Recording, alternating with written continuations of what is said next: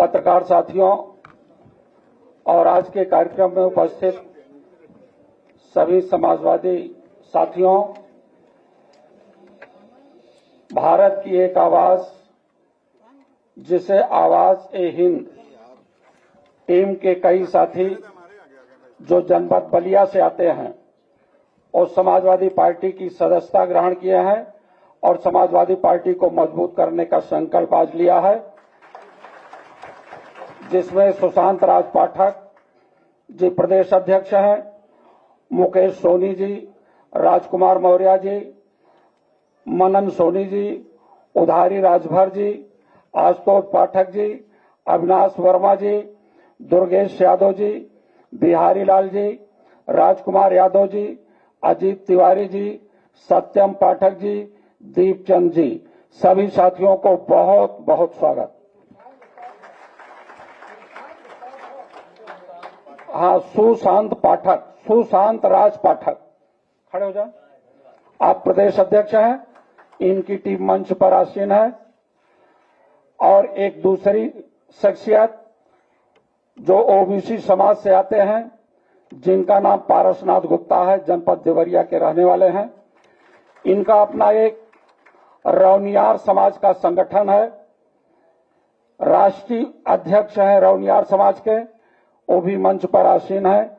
उनका भी पार्टी कार्यालय पर बहुत दिल की गहराइयों से बहुत बहुत स्वागत।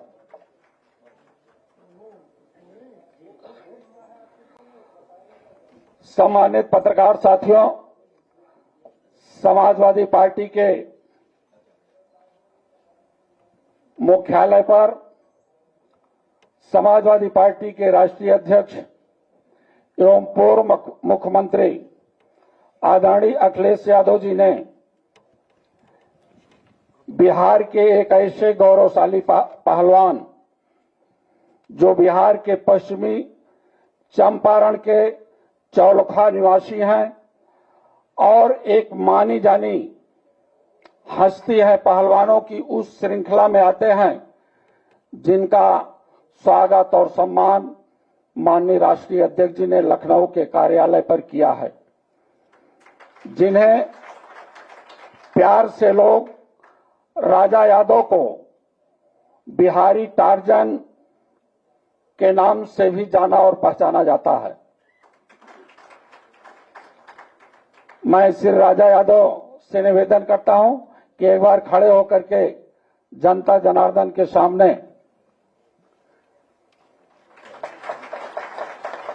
और एक और बहुत खूबी रही है, ये दौड़ की रफ्तार में, केवल पहलवानी की दौड़ की रफ्तार में नहीं, राजनीतिक और सामाजिक चेतना के भी अग्रणी रहे हैं और साथ ही साथ बाबा रामदेव के साथ भी इन्होंने बड़ी तेज रफ्तार से दौड़ लगाई है और अपना एक निशाना इतना अच्छा बनाया है। और आज समाजवादी पार्टी के साथ मिलकर के पूरी तरह से 2027 में इस प्रदेश की झूठी और नफरत पैदा करने वाली सरकार को उखाड़ फेंकने के लिए सभी साथी संकल्पित हैं। अब माननीय राष्ट्रीय अध्यक्ष जी प्रेस के सामने अपनी बात रखेंगे। वीडियो बाद में चलो हम बोल दे रहे हैं। मैं अपने एक मिनट बोलेंगे बस। हाँ। किनका शॉल लाओ। मैं आपका विशेष धन्यवाद देता हूं। 2 शॉल लाना, बताने वाले के लिए और एक जन्मदिन जिनका है उनके लिए। अच्छा, बहुत धन्यवाद। ये बताया क्यों नहीं आपने?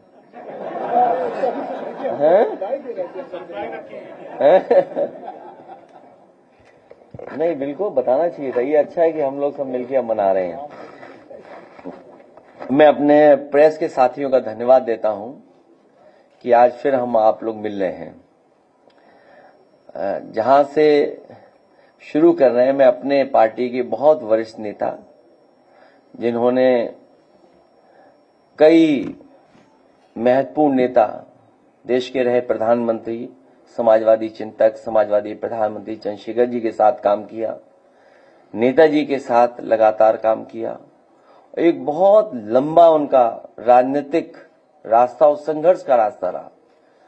ऐसे समाजवादी नेता जो हमारे साथ लगातार समाजवादी सिद्धांतों को, समाजवादी विचारधारा को और जो विरासत में हमें समाजवादी आंदोलन मिला है, डॉक्टर राम मनोहर लोहिया, जयप्रकाश जी और बाबा साहब भीमराव अम्बेडकर जी के संविधान को आगे बढ़ाने के लिए, और मंत्री तो रहे, कई बार सदन में गए, नेता प्रतिपक्ष रहे, और आज भी, हालांकि पुराने इतिहास में हम लोग नहीं जाना चाहते हैं, लेकिन इधर के हाल में जो मुख्यमंत्री हैं उनके सामने अगर कोई धुआंधार या जबरदस्त और निडर लीडर ऑपोजिशन कोई रहा हो जो जवाब देता था, वो हमारे पार्टी के नेता आदरणीय राम गोविंद चौधरी जी। आज उनका जन्मदिन है। आज जन्मदिन के दिन मैं बहुत शुभकामनाएं देता हूं अपनी तरफ से, पार्टी की तरफ से और जितने भी साथी हैं उनकी तरफ से। वो स्वस्थ रहें, आगे बढ़ें और हम लोगों को इसी तरीके से आशीर्वाद भी दें और राजनीति की ऊंचाइयों तक भी आदरणीय राम गोविंद चौधरी जी पहुंचे। ऐसी हमारी इनके साथ सभी की शुभकामनाएं। जय श्री राम। और दूसरा, मैं जब तक इनको प्रधानमंत्री नहीं बना लूंगा तब तक मरूंगा नहीं।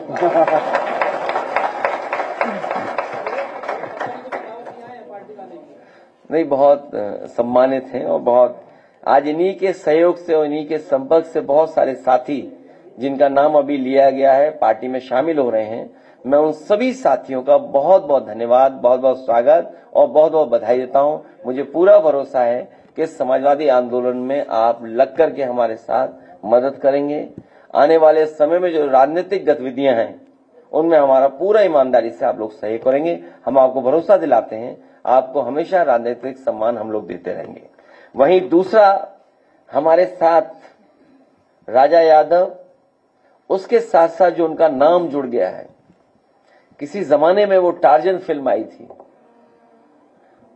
फिल्म भूल से गए थे लोग, लेकिन इधर रील सोशल मीडिया के जमाने में राजा यादव ने और बिहार के टार्जन ने दोबारा वो याद दिला दी कि कोई फिल्म टार्जन भी बनी थी हिंदी में और अंग्रेजी में भी। और जो रफ्तार है उनकी, जो रफ्तार है, जिस तरीके से वो एक्सरसाइज करते हैं, जो रफ्तार उनकी है, उसको देख करके, उससे भी इंस्पायर होकर के बहुत सारे आजकल सोशल मीडिया पे इन्हीं की तरह, टार्जन की तरह लगातार रील्स डाल रहे हैं लोग। हमें इनको बधाई देने के लिए बुलाया है, इन्हें इनका सम्मान करने के लिए बुलाया है और इनका वीडियो बाद में देखेंगे। हमें खुशी है क्योंकि हेल्थ इज वेल्थ। स्वास्थ्य अच्छा होगा तो हमारा दिमाग भी स्वस्थ रहेगा। स्वस्थ दिमाग के लिए स्वास्थ्य बहुत बेहतर है, होना चाहिए। और हेल्थ को बनाए रखने के लिए समय और सही खाना, समय और सही खाना, ये भी बताता है इनका शरीर जो देखते हैं हम लोग, कि कोई भी व्यक्ति अपने किसी काम में इतना डेडिकेशन दिखाए और इतना समय लगाए तो किसी भी मंजिल पर पहुंचा जा सकता है। क्योंकि जब वो एक्सरसाइज करते होंगे तो कई घंटे एक्सरसाइज करते होंगे, तब ये शरीर बनाया। और शरीर भी भगवान ने ऐसा बनाया है, गाड़ी ज्यादा चलाओगे तो बताओ टायर बदलना पड़े, कोई और रिपेयर करना पड़े, मेंटेन करना पड़े। लेकिन हमारे भगवान ने ऐसा शरीर बनाया है कि शरीर से जितनी मेहनत लोगे उतना ही चमकेगा शरीर। जितनी रफ्तार आप ले आओगे उतना ही हार्ट अच्छा बोलेगा, हार्ट अच्छा चलेगा। ऐसे राजा यादव को बहुत बहुत बधाई, शुभकामनाएं। वहीं बहुत सारे स्पोर्ट्स पर्सन और उन्होंने जिन्होंने किसी न किसी क्षेत्र में बहुत अच्छा काम किया। समाजवादी सरकार में समय समय पर हम उन महान विभूतियों को सम्मान करते थे। अगर किसी ने स्पोर्ट्स के क्षेत्र में बहुत अच्छा काम किया तो उसको सम्मान देते थे यश भारती से।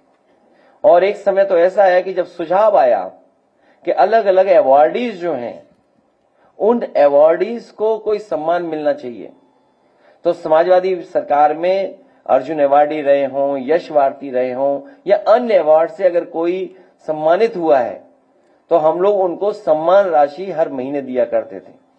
इस सरकार ने न केवल यश भारती छीना है लोगों से और उत्तर प्रदेश के तमाम हमारे प्रतिष्ठित अच्छे लोगों से, उसके साथ साथ सम्मान राशि भी छीन ली, ऐसी सरकार है। इसलिए हम इस मौके पर आदरणीय उदय प्रताप सिंह जी, जिन्होंने हिंदी संस्थान, राज्यसभा, लोकसभा हर जगह रहे हैं, कवियों से अच्छा संपर्क रहा, न जाने कितने कवियों को इन्हीं के माध्यम से परिचय हुआ और वो उत्तर प्रदेश में सम्मानित भी हुए समय पर। मैं चाहूंगा कि हमारा अपनी बात मैं यही खत्म करता हूं, बस इतना कहता हुआ कि स्पोर्ट्स में या किसी भी फील्ड में जो लोग होंगे जिनको समाजवादी सरकार में सम्मान मिलता था, सम्मानित करते थे, चाहे वो रानी लक्ष्मीबाई अवार्ड रहा हो और चाहे यश भारती, और यश भारती के बाद जो सम्मान मिलता था, चाहे वो अर्जुन अवार्डी रहे हों या देश के अन्य अवार्ड उन्हें मिलते थे, समाजवादी सरकार बनने पर पुनः उसी तरीके से उत्तर प्रदेश और उत्तर प्रदेश के जो टैलेंट है, जो बाहर भी अगर है, उनको भी सम्मान देने का काम समाजवादी सरकार में होगा। सूची लंबी है, लेकिन मैं आदरणीय उदय प्रताप सिंह जी से कहूंगा कि जरूर अपनी बात रखें।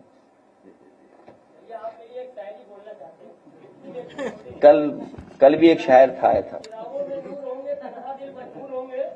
जब आएगी कोई मुसीबत तो अल्लाह के आगे सर झुके होंगे, अगर अल्लाह ने चाह लिया तो आप 2029 के प्रधानमंत्री होंगे। ये रील की तरह मत अपना डायलॉग मार, ये अब नहीं बुलाया करेंगे अंदर। ये क्या है?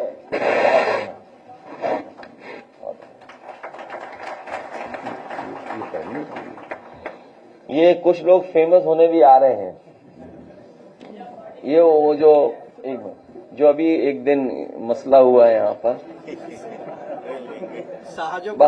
बाद में पुलिस भेज दी, तो बाकी आप सब जानते चीजें। पुलिस अगर आ जाए घर में तो क्या न बदल जाए आदमी, कैसे न बदल जाए। तो पुलिस भेज के भी चीजें बदल लेते हैं लोग, हैं? अच्छा पुलिस नहीं और भेज दोगे अधिकारी तो अच्छा बुरा हो जाएगा कि तुम अच्छे हो ये बुरे हैं, हैं? अच्छा पुलिस के माध्यम से होता है ये सब। खैर आओ ना, हाँ इनके लिए टोपी मैं बाद में लाऊंगा कहीं से। कोई दुकान है अच्छी? नहीं दुकान कोई अच्छी हो तो बताओ ना। नहीं मिलती होगी या कहीं और भी। इसको पहना नहीं इसको भी तो पहनाएंगे, अभी इसका चेक अभी 3 होंगे, एक उसका भी और चेक। आओ आइए, देखिए आपकी वजह से ये सब हुआ। हाँ ये क्या है? ओहो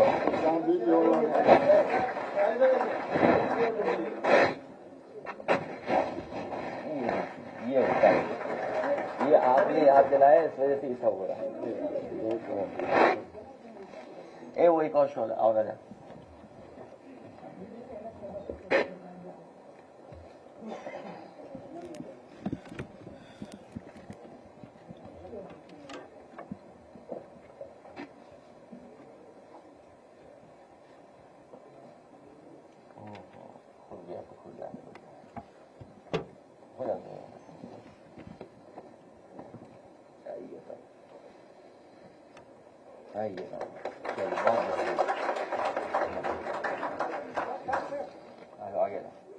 आगे हो।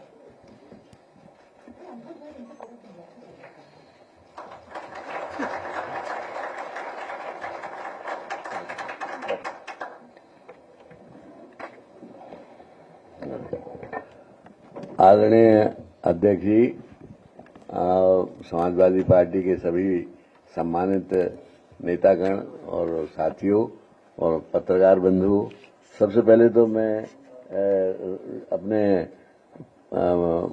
प्रिय मित्र और हम लोगों के ये गौरव हैं समाजवादी पार्टी के राम गोविंद चौधरी साहब के जन्मदिन की बधाई देता हूं। और ये बड़े प्रखर समाजवादी रहे हैं और अब आज इस पर मौका नहीं है, वरना इन पर भी एक बात कही जा सकती थी। मैं कहना ये चाहता हूं कि देखिए, एक अंग्रेजी में एक ह्यूमन रिसोर्स शब्द होता है। तो ह्यूमन रिसोर्स का मतलब है कि मानव के जो समाज की जो कार्य क्षमता है, शैली है, उसको कैसे बढ़ाया जाए।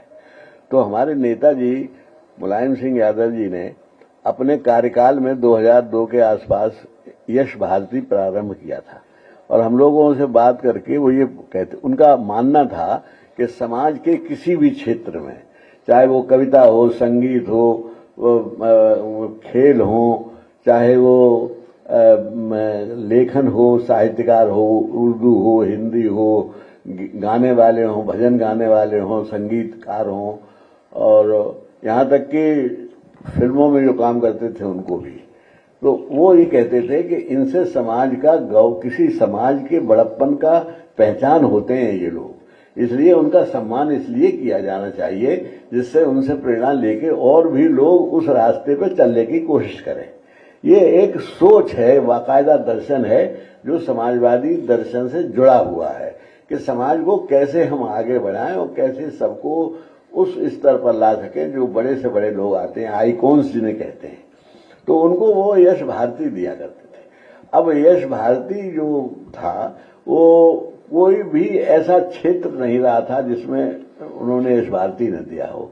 यहाँ तक पहलवानों को दिया और उन्होंने खिलाड़ियों को दिया, बच्चों को दिया, पढ़ाई में जो होशियार होते थे दिया। हम लोगों कवियों को तो शायद जितना सम्मान साहित्यकारों का और कवियों का समाजवादी पार्टी ने किया है नेताजी की प्रेरणा से, और बाद में अखिलेश जी ने भी उसको निरंतर रखा है। नेताजी ने यश भारती दिया तो हमारे अध्यक्ष जी जब मुख्यमंत्री थे तो उन्होंने एक साहित्य शिरोमणि और देना शुरू किया था, वो लेकिन वो ज्यादा नहीं दे पाए 2-4 लोगों के अलावा। तो इसलिए तो मैं ये कहना चाहता हूँ ये बड़ा जरूरी होता है कि जो लोग अपने क्षेत्र में कोई बड़ा काम करते हैं उनको ये पता चले कि समाज ने हमारी रिकॉग्निशन ली, हमारी काम को पहचाना, तो उससे उन्हें एक संतोष भी होता है और दूसरे लोगों को प्रेरणा भी मिलती है। तो नेताजी ने इस तरह से बहुत सम्मान दिया था यश भारती का, और उसको बाद में हमारे अध्यक्ष जी ने कायम रखा। लेकिन इस सरकार ने, आपने तो पेंशन और देना शुरू किया था कि भाई जो लोग इतने होते हैं जो काम में लगे हुए अपने काम में और बेफिक्र होकर लग सकें, इसलिए पेंशन देना शुरू किया था।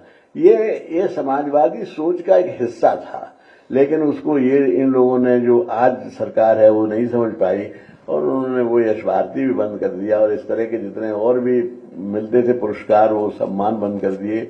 और मैं नहीं समझता हूं कि किसी का सम्मान करना इस सरकार ने किसी साहित्यकार का, किसी कलाकार का, किसी खिलाड़ी का किया हो, मुझे याद नहीं है। तो मैं उससे मतलब नहीं है मुझे, लेकिन मैं बधाई देता हूं। ये इन लोगों को बहुत लंबी सूची है, इन सबको पढ़ दूं मैं? हाँ, पढ़ दीजिए। ये जो है इनको दिया जाए। ये है अनूप जलोटा पढ़ दीजिए। लोधी मोहम्मद श्री खान इलियास बेकल उत्साही। अच्छा, बेकल उत्साही साहब और हमने तो बड़े बहुत दिनों काम किया, इसमें नाम तो हमारा भी होना चाहिए क्योंकि हमको और नीरज जी को साथ साथ मिला होगा ना नाम, पहले मिल गया। देवी प्रसाद पांडे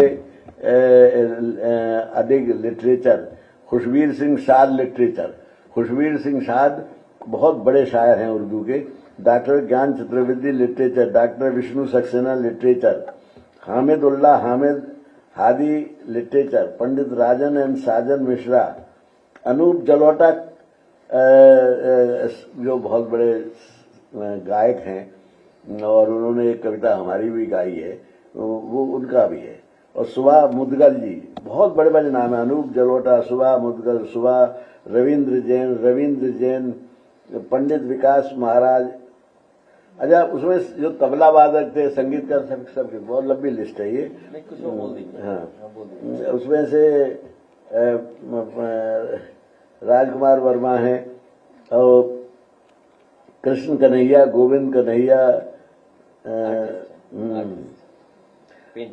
पेंटर हैं ये लोग। और वे वेट लिफ्टर हैं, पेंटर हैं, पब्लिक थिएटर वाले हैं, हॉकी वाले अशोक कुमार सिंह को दिया, मुनव्वर अंजर जूडो हॉकी में। हाँ, तो ये बॉक्सिंग, हॉकी, सेलिंग, चेस में श्वेता प्रियदर्शनी और स्पोर्ट्स, इनको ये दिए हैं। Sudhir Mishra film director, Vishal Bhardwaj film director, Anurag Kashyap film director, Ashok Chakradhar तो सभी जानते हैं लिटरेचर, और अन्वय सिन्हा, अपर्णा कुमार, ब्रिगेडियर टी प्रभाकर, स्तवी अस्थाना, राजू श्रीवास्तव हास्य रंगकार को नहीं रहे, हेमंत शर्मा, अनवर जलालपुरी ने गीता का उर्दू में गीता का ट्रांसलेशन किया था और आपने उसका उद्घाटन किया था। सीमा पूनिया, जयवीर सिंह, मेजर AK सिंह, कमला श्रीवास्तव, अभियान शर्मा, सुनील जोगी लिटरेचर, गोपाल चतुर्वेदी हमारे लखनऊ के गौरव हैं, वो पत्रकार बंधु जानते होंगे, गिरजा शंकर लिटरेचर, सुनील कुमार राणा, काशीनाथ यादव बिरहा गाते हैं, आफ्ताब साबरी बहुत बड़े कव्वाल हैं, असलम वारिस, ज्ञानेंद्र पांडे, भुवनेश्वर कुमार, प्रवीण कुमार चावला और नसरुद्दीन शाह। बताइए इतना बड़ा नाम है, नसरुद्दीन शाह, सौरभ शुक्ला, सुमन चक्रवर्ती, बशीर बद्र साहब का भी है नाम। बशीर बद्र बहुत बड़े शायर हैं उर्दू के, मैं समझता हूँ सबसे बड़े शायरों में उनका नाम आता है। स्वरूप कुमार, कुमार बख्शी, सुबह अनवर एजुकेशन, राकेश कपूर, सैयद मोहम्मद, योगेश मिश्रा, कुमार रहमान, मनोज बेगम हबीबुल्ला, पंडित विश्वनाथ, डॉक्टर रतीश अग्रवाल, राज किशन मिश्रा, राजेंद्र सिंह, महेंद्र कुमार, महेश्वर तिवारी, अनिल चेप, बहुत बड़े बड़े नाम हैं। सर्वेश अस्थाना, उमा, इनको तो सभी जानते होंगे लखनऊ वाले, उमा, दीपक राणा, रवि कपूर, दीपक और राम रतन, डॉक्टर शिवानी, अशोक निगम, अर्जुन वाजपेयी, विजय शेखर गार्गी और राम मिलन यादव रेसलिंग, रमाकांत यादव, आत्मप्रकाश मिश्रा, चक्रेश कुमार, नूर आशावा, वारुण कुमार और गोपाल दास नीरज। और अंतिम नाम में अब इसलिए नहीं लूंगा कि वो ठीक नहीं रहेगा, वो आप ही है लगता है। तो इन लोगों को ये पुरस्कार देने के पीछे एक दर्शन था और बड़ा स्वस्थ दर्शन था। वो ये कि समाज को किस तरह से अच्छी तरह से, आज जो लोग, बहुत से लोग गलतियां करते हैं, नौजवानी में लोग, उनसे गलतियां होती हैं कोई, तो उनसे मोड़ने के लिए अगर किसी का एक कविता में मन लग जाए या किसी चित्रकला में लग जाए या पहलवानी की तरफ चला जाए तो उसका मन बुराई की तरफ नहीं जाएगा।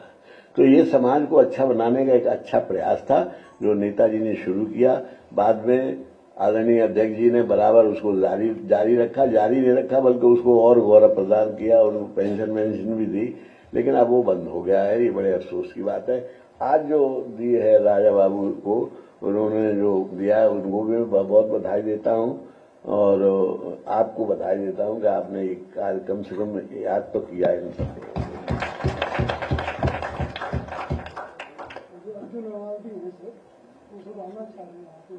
एक दिन बुलाएंगे सब लोग अवार्डी। हाँ, अवार्डी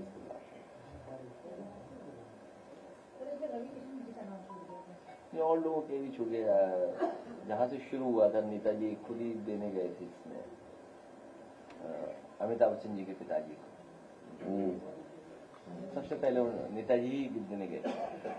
ये जो पहली सूची, दूसरी, तीसरी वो इसमें नहीं है। बड़ी संख्या में नाम छूटे हुए हैं जिनका नाम हम नहीं ले पा रहे। अगर आप अनुमति दें तो मैं नेताजी का बड़प्पन देखिए कितना था। नेताजी ने एक दिन हमको बुलाया कि ये सफाई का मेला जो शुरू होता है उसका उद्घाटन कर लिए, कोई नाम बताइए। तो हमने कई नाम बताया। बोले किसी साहित्यकार का नाम बताइए। तो हमने कहा साहित्यकार से करवाएंगे।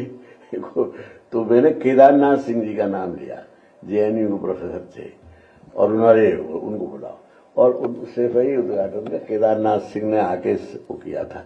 ये सम्मान देना जो था साहित्यकारों को और बड़े कलाकारों को, ये उनके स्वभाव में था।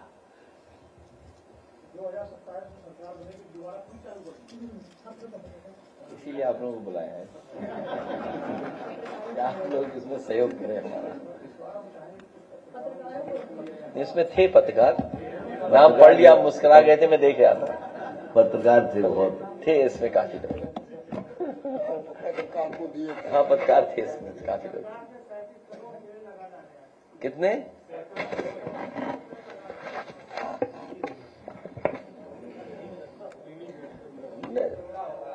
नहीं, वो नहीं। देखिए, 37 करोड़ और उनका कुल आंकड़ा जो सरकार बता रही है, जो समय समय पे सरकार जानकारी देती है, वो लगभग 200 करोड़ का है कि 200 करोड़ पेड़ उत्तर प्रदेश में लग चुके हैं। आपको याद होगा सदन में भी ये बात हम लोग पूछते थे कि पेड़ लगाने के लिए जगह कहाँ है, और मैं आंकड़ा उनको देता था इटावा का, जिसमें एक साथ 1,24,000 या 34,000 पेड़ लगाए गए थे। वो लगभग 1,000 एकड़ जमीन थी। तो अगर 1,000 एकड़ जमीन में 1,30,000 के लगभग पेड़ लगते हैं, तो 200 करोड़ पेड़ों के लिए जमीन कहां इन्होंने चिन्हित की होगी।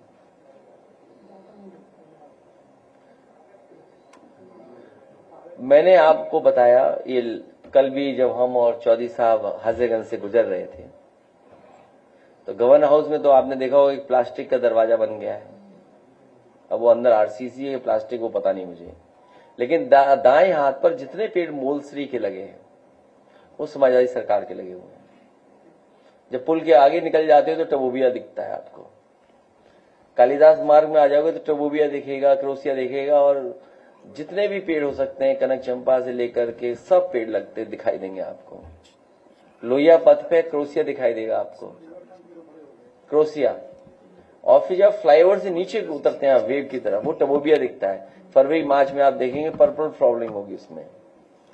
और जहां पर ये जो चौराया बड़ा बना है, क्या नाम है इसका, 1090 के लेफ्ट साइड में आगे वाला समता मूलक, तो उसमें देखेंगे आप गुलमोहर का कुछ एक ग्रुप बनाया गया है जो आपको सबसे ज्यादा गर्मी में फ्लावरिंग दिखाई देती है। फिर जो प्रतिमाएं लगी हैं उसके पीछे वो ट्रीज हैं जो रेनी सीजन में फ्लावर करेंगे, व्हाइट रंग का फूल आएगा उस पे। उसको कॉर्क ट्री भी बोलते हैं, क्योंकि वो पहले जो दवाइयों के ऊपर जो ढक्कन बनते थे उसी पेड़ की लकड़ी से बनते थे। तो अब इतनी हो सकता है इस सरकार लगा रही हो पेड़ लगा रही है सरकार।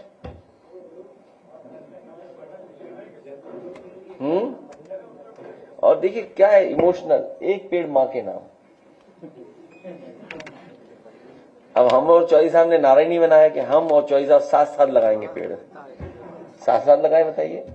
और आज भी जो दो देखेंगे आप पारिजात, हमारा तो सीधे चल रहा है एकदम, चौधरी साहब थोड़ा टेढ़ा चल रहा है। वो बगल में बरगद और फाइकस आ गया, इसकी वजह से उनका थोड़ा छांट देंगे तो ये भी सीधा जाएगा।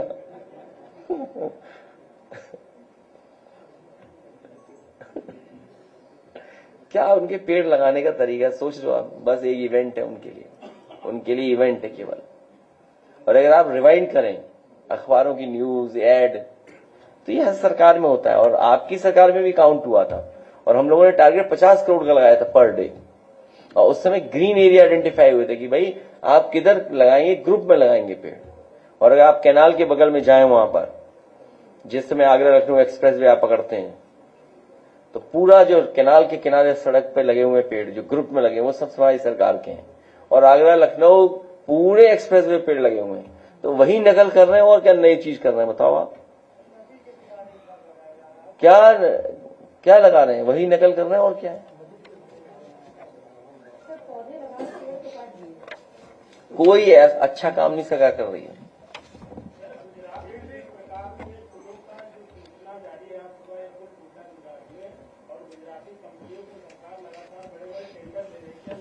यही गुजरात मॉडल है, जितनी जल्दी जान जाओ उतना ही अच्छा। और वो बहुत बड़े हिस्सों को जोड़ता था, बहुत बड़े हिस्से को जोड़ता, जो पुल गिर गया। और पुल ही नहीं गिरा, पुल वहां गिरा सो गिरा। मुखर्जी ने जो सड़क बनाई, आप सोचिए एक सड़क गोरखपुर लिंक बनी 7,000 करोड़ की लगभग। लखनऊ में एक ग्रीन कॉरिडोर बन रहा है 7,000 करोड़ का लगभग। आगरा लखनऊ एक्सप्रेसवे को जोड़ने के लिए समाजवादी पूर्वांचल एक्सप्रेसवे को वो लगभग 4,000 करोड़ का बन रहा है। 7-7 14 प्लस 4 18,000 करोड़ रुपए का। और बताओ फतेहपुर में गांव की महिलाओं ने मिलकर के बांस का लकड़ी का पुल बनवाया, उसको प्रशासन ने तोड़वा दिया। कहां 18,000 करोड़ रुपए खर्च कर रहे हो? आपकी प्रायोरिटी क्या है? आप प्राथमिकता किसको दे रहे हैं? जो रूरल इंफ्रास्ट्रक्चर है उसको नहीं अच्छा करना चाहते। गांव गरीब जो अभी भी नहीं जुड़े हुए हैं, घूम घूम के जाना पड़ता है। अक्सर देखने को सुनने को मिलता है कि ये पुल यहां नहीं है, इसकी वजह से ऐसे जाना पड़ रहा है बच्चों को। और अब तो स्कूल भी नहीं पढ़ने जा पाओगे आप। बच्चे स्कूल गए, वहां स्कूल बंद मिला। बताइए आप, एक कंपोजिट स्कूल के नाम पर बंद मिला। दुनिया में किसको विश्वगुरु बोलोगे आप? इसी देश को विश्वगुरु बोलोगे कि बच्चे पढ़ने गए हो स्कूल और स्कूल में ताला लगा मिला उन्हें। इससे बड़ा देश का दुर्भाग्य कोई नहीं हो सकता। सोचिए आप, दुर्भाग्य क्या है कि बच्चे स्कूल जा रहे हैं पढ़ने। कितना मुश्किल से बच्चों को भेजा जाता है। आप सब जानते हो सबके बच्चे हैं। शुरू में अगर स्कूल भेजना हो तो कितनी परेशानी उठानी पड़ती है, कितनी मुश्किल से स्कूल भेजा जाता है बच्चों को। और यहां अपने आप जा रहे हैं बच्चे स्कूल पढ़ने, वहां ताला मिला लगा हुआ।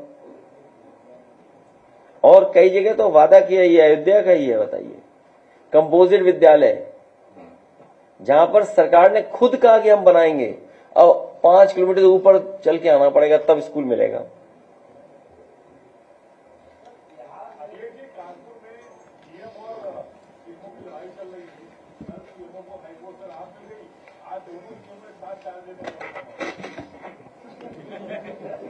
ये प्रदेश ऐसा भी है जहां 2 मुख्यमंत्री एक साथ बैठे थे एक ही ऑफिस में।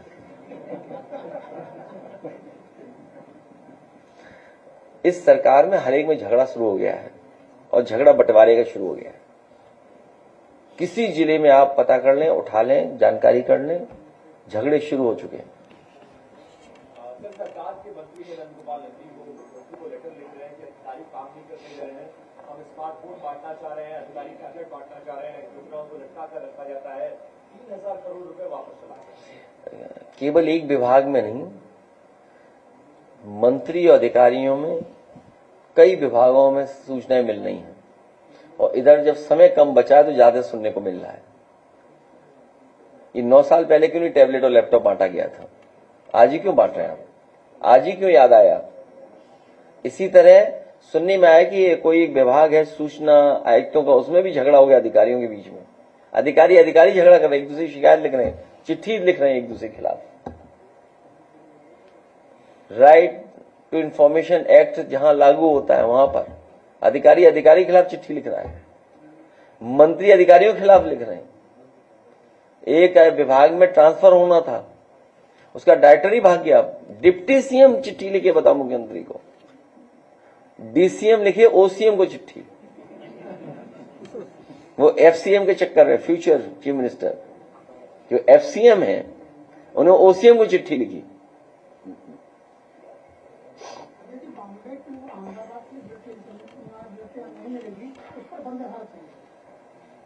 अब इसकी जानकारी नहीं मुझे। सर, यूपी और बिहार के लोगों को महाराष्ट्र में मराठी बोलने के लिए कहा जा रहा है, वहां बोल रही है। झगड़ा दूसरे तरह का है, वहां कुछ और झगड़ा चल रहा है जो हम लोग समझ नहीं पा रहे हैं। स्कूल बंद होने के बाद टीचर जो है वो भाषा पे हम लोग बोल चुके हैं, भारतीय भाषाओं को बढ़ावा दें और जिनको भाषा बढ़ाना है यूपी में 1-1 हजार करोड़ इन्वेस्ट करें। भाई हम लोग ही मराठी सीखें, 1,000 करोड़ लगाओ यार, हम सब लोग सीखेंगे थोड़ी थोड़ी मराठी, इसमें क्या दिक्कत है? भाई यूपी में लाइए ना पैसा, किसने मना किया? और नहीं मानते, अयोध्या में लगाइए, प्रभु श्री राम जी की धरती पर, वहीं पर लग जाए 1,000 करोड़ का, हर भाषा का बन जाए एक सेंटर। राहुल जी आज बिहार में प्रोटेस्ट कर रहे हैं इलेक्शन कमीशन के खिलाफ और कई दूसरे एजेंडे के साथ। इलेक्शन कमीशन को लेकर के हर एक को शिकायत है। वो मैंने कल रोका था एक व्यक्ति को, है वो नहीं है? अरे कहाँ है भाई? अरे तुम्हें तो बुलाया था भाई, दिमाग से। बहुत धन्यवाद आपका जो आपने इस सवाल पूछा। आइए आगे आओ। ये देखिए आप इनसे कहूंगा एक बार थोड़ा सा बोल दें। ये वो साथी हैं जिनको हम लोगों ने चुनाव के समय पर, आइए देखिए आप यहीं आ जाओ, यहीं आ जाओ, कोई दिक्कत नहीं, बाद में देना, ठीक है। अब ये कागज समझ लीजिए, इतने कागज, इनको दिखाओ कागज एक एक करके, अभी नहीं बोला, पेपर ऐसे ही दिखाते रहो, इनका करस्पॉन्डेंस का दिखाओ, ये भी मैं अभी नहीं बोलो, नहीं दिखाते रहो बस। ये करस्पॉन्डेंस किया है, इनके परिवार का बोर्ड डिलीट कर दिया, इतना मैं रजिस्ट्री और बीएलओ ने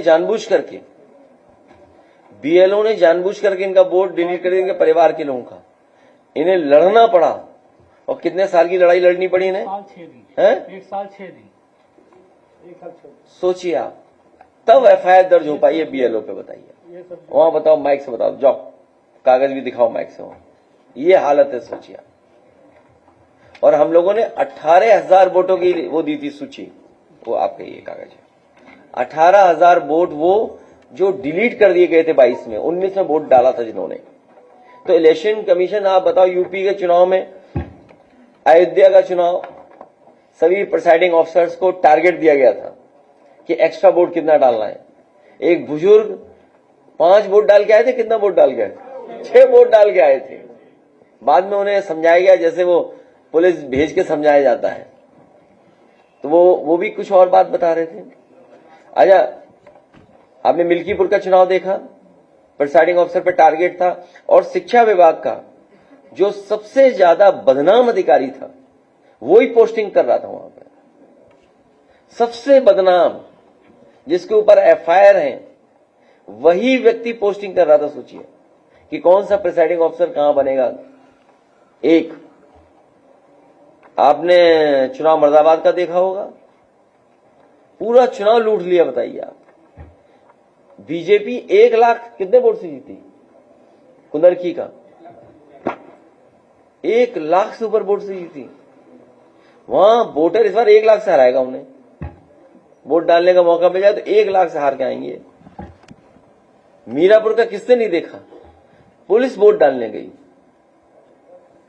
कुंदरकी में पुलिस ने वोट डाला प्राइवेट ड्रेस में। और इसीलिए इलेक्शन कमीशन क्या कह रहा है कि हम 45 डेज के बाद रख नहीं सकते डेटा। वो इसलिए क्योंकि बाद में चोरी पकड़ी जाएगी। जब एक वोट, इन्हें अपने परिवार का वोट बनवाने के लिए कितना लड़ना पड़ा। सोचिए, जो वोट निकाल दिया था इनके परिवार के लोगों का। बता दो, 1 मिनट से खत्म करें। मैं राकेश यादव, सिद्धार्थनगर। मैं समाजवादी पार्टी में सक्रिय सदस्य हूं भी, और पिछड़ा प्रकोष्ठ जिला उपाध्यक्ष भी हूं। मेरी पत्नी गांव पे ही पढ़ाती है, वो डेली स्कूल पे रहती हैं, उनका भी नाम काट दिया गया। पिताजी हमारे गांव पे ही रहते हैं, उनका भी नाम काट दिया गया। हमारे पास 30 बीघा खेत है, सारी बाग बगीचा गांव पे है, मेरा भी नाम, मेरे 3 परिवार के नाम थे, तीनों काट दिया गया। उसके बाद मैं जन सूचना मांगा कि मेरा किन कारणों से नाम काटा गया, तो जन सूचना में बीएलओ ने लिख के दिया कि आधार कार्ड न देने के कारण नाम काट दिया हूं। वो भी मेरे पास है। ये जन सूचना का ये वो है बीएलओ द्वारा जो दिया गया। इसमें लिखा गया है कि आधार कार्ड न देने के कारण नाम काटा हूं। जिन जिन व्यक्तियों का काटा गया वो नीचे दिया है। इसमें दिया है शेषनाथ, स्वामीनाथ सिप्टेट, नादिमा खातून, साफिया सिप्टेट, धनदेई मृतक, बेचन, करमचंद गांधी, हरि प्रताप, ऐसे ऐसे लोग, बहुत लोगों का नाम कटा है। लेकिन मैं टारगेट अपने ही परिवार से बनाया, चूंकि मान लीजिए अगला न स्टैंड करे तो हम बैक हो जाएंगे, तो इसलिए हम अपने को ही स्टैंड करके जो है लड़ा। और उसके बाद मैं चुनाव आयोग से भी मांगा कि क्या क्या कागज में बीएलओ को दिया जाता है नाम काटने, क्या आधार कार्ड न देने के कारण नाम काटा जा सकता है। तो चुनाव आयोग ने भी दिया था हमको, उन्होंने दिया चुनाव आयोग ने।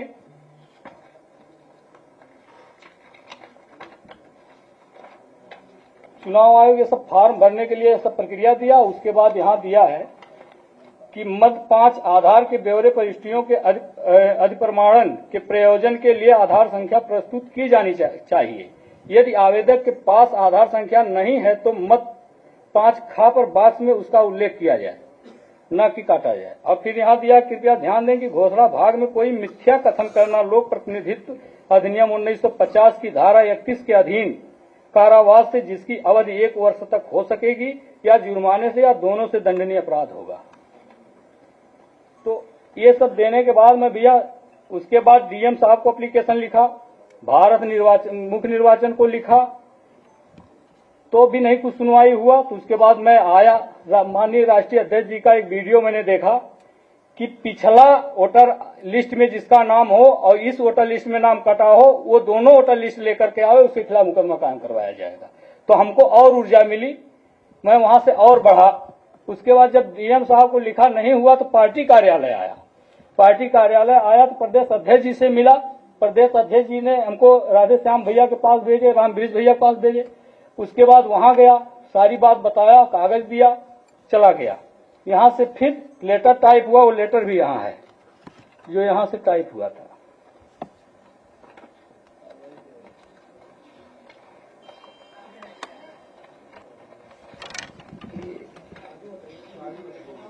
हाँ, ये है भैया, ये जो है पार्टी कार्यालय से ये जो है निर्गत हुआ। उसके बाद ये होने के बाद पेपर FIR तब जाकर के FIR कॉपी है। FIR ये दर्ज हुई जब चुनाव आयोग डीएम साहब को 2 बार रिमांडर भेजा, तीसरी बार फिर जब टाइट किया है तब डीएम साहब ने वहां बुला करके अधिकारियों को तब जाकर के मुकदमा कायम करवाए। ये FIR की कॉपी है और पेपर में भी निकला, ये पेपर की कॉपी है, ये सब पेपर की कॉपी है। भैया नाम ऑनलाइन कर दिया, अभी सूची लिस्ट में नहीं आई है। चलो वो तो ठीक है, धन्यवाद। ठीक, धन्यवाद। नहीं तो एक तो ये है, मतलब एक वोट हम लोग कितने वोट से हार गए? 1.5 लाख वोट ज्यादा मिला हो तो हम चुनाव जीत गए होते, सरकार समाजवादियों की होती। तो एक एक वोट वो नजर रखते कैसे काटना है, शिफ्ट किसका करना है। शिफ्ट कर दिया, 3 किलोमीटर दूर जाइए वोट डालो। अब 1500 से 1200 कर रहे हैं तो 300 वोट शिफ्ट होंगे। किसकी सरकार है? बीजेपी की है। डीएम किसकी सुनेंगे? सरकार की सुनेंगे।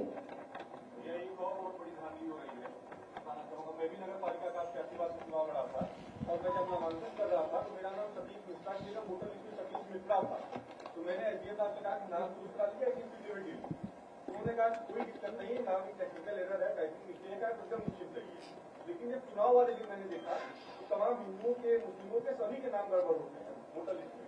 लेकिन हिंदू तो बसपा को दे रहा, सपा को दे रहा, भाजपा कोई नहीं जानता। लेकिन आपका जो बेस वोटर है, यादव और मुस्लिम, जहां जहां उनकी बाहुल्यता है, इतना स्टिकनेस लगा देते हैं। अगर नाम में अली नवाज की जगह अली नवाज लिखा तो आप वोट नहीं दे सकते। सन्नो बानो की जगह सन्नो। ये सब जानते हैं, जितने बैठे लोग हैं ये सब जानते हैं। वार्ड है वहाँ 350 मुस्लिम लोगों को रोके थे। और मैं कह रहा हूँ नगर पालिका से 50 मुस्लिम वार्ड ऐसे हैं जो मुस्लिम बाहुल है। अगर 300 वोट भी रोके तो 15,000 वोट खराब किया और मैं 3,000 वोट से चुनाव हार गया। तो इस पर भी ध्यान देने की जरूरत है कि हमारा यादव मुस्लिम हो तो हमारा पार्टी का। अरे 22 का तो बेईमानी से सरकार बन गई, तभी तो दिल नहीं लग रहा इन लोग काम करने का। ये जो 22 की जो सरकार आपकी नहीं बनी, भाई 22 की सरकार नहीं बनी आपकी।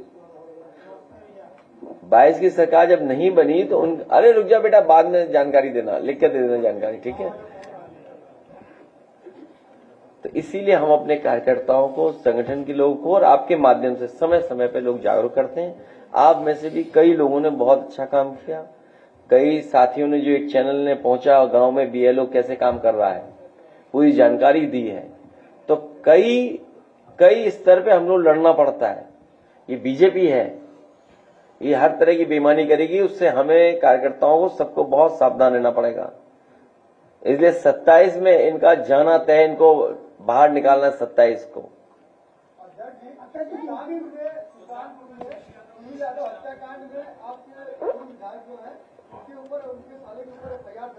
सेक्टर जो सुनील यादव एक्सपायर हुआ है वो हमारा सेक्टर का अध्यक्ष है, ये भी बोलो दो हमने उससे।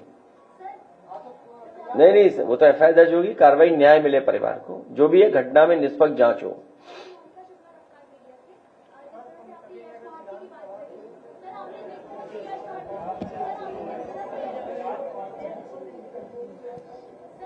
संतोष जी, इसकी समस्या समझ लेना, समझ लेना, फिर हमें दे देना बाद में।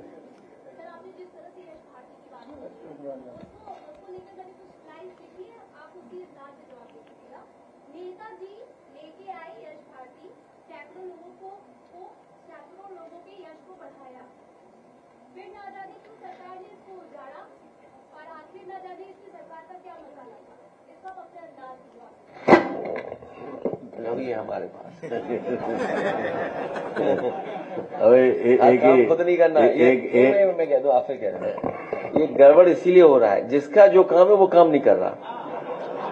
कितनी बार बताया मैंने आपको, जो है अभी सरकार में जो काम उनका था वो काम छोड़ के दूसरे काम में लग गए, इसीलिए सब गड़बड़ है। देखिए, डॉक्टर इकबाल का एक बड़ा मशहूर शेर है, वो काफी है कि हजारों साल नरगिस अपनी बेनूरी पे रोती है, बड़ी मुश्किल से होता है चमन में दीदावर पैदा। हर आदमी नहीं समझ पाता है कि किसी को कैसे उत्साहवर्धन किया जाता है, कैसे समाज की संरचना की जाती है, समाज को तो सही दिशा में ले जाया जाता है। बहुत बहुत धन्यवाद आपका।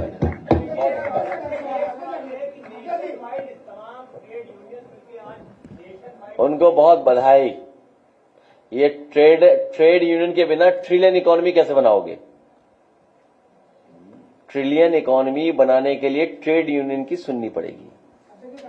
यूपी में आउटसोर्सिंग बोर्ड का गठन हो रहा है, जिसमें मिनिमम चाहिए 18,000 और मैक्सिमम 70,000 और सरकार वैकेंसी निकाल नहीं रही है। ये सब अपनी, देखिए ये सब मैनिपुलेशन है। हाँ जी, पढ़ लिख के जो युवा निकल रहा है वैकेंसी सही पैकेज नहीं है, लेकिन अब सरकार को निकालेगी तो कहाँ से काम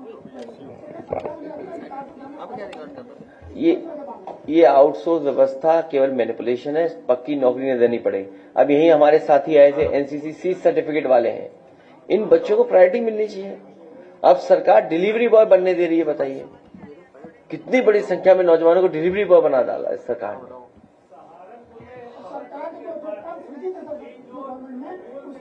ये आउटसोर्स हम लोग खत्म करेंगे फेसिस में। घोटाला नहीं, अपनी कंपनी के असली घोटाला ये कि अपनी कंपनी के ही माध्यम से सब नौकरी देते हैं।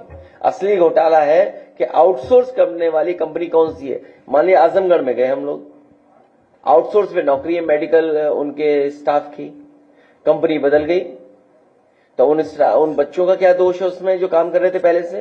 अब आउटसोर्स वाले अपने हिसाब से लोगों को नौकरी दे रहे हैं। ये इश्यू को कौन रिजॉल्व करेगा? अखिलेश जी 2017 के बाद से खबर छपी अखबारों में, परिषदीय स्कूल के बच्चों को पकौड़ा और पंचर बनाने की ट्रेनिंग की जाएगी। और जो एनर्जी की जरूरत होगी उसके लिए पाइप लेके जाए, नाली में डालते हैं। बहुत धन्यवाद। आइए, अरे हाँ, ऐसा वीडियो दिखाइए, टार्जन का वीडियो दिखाइए।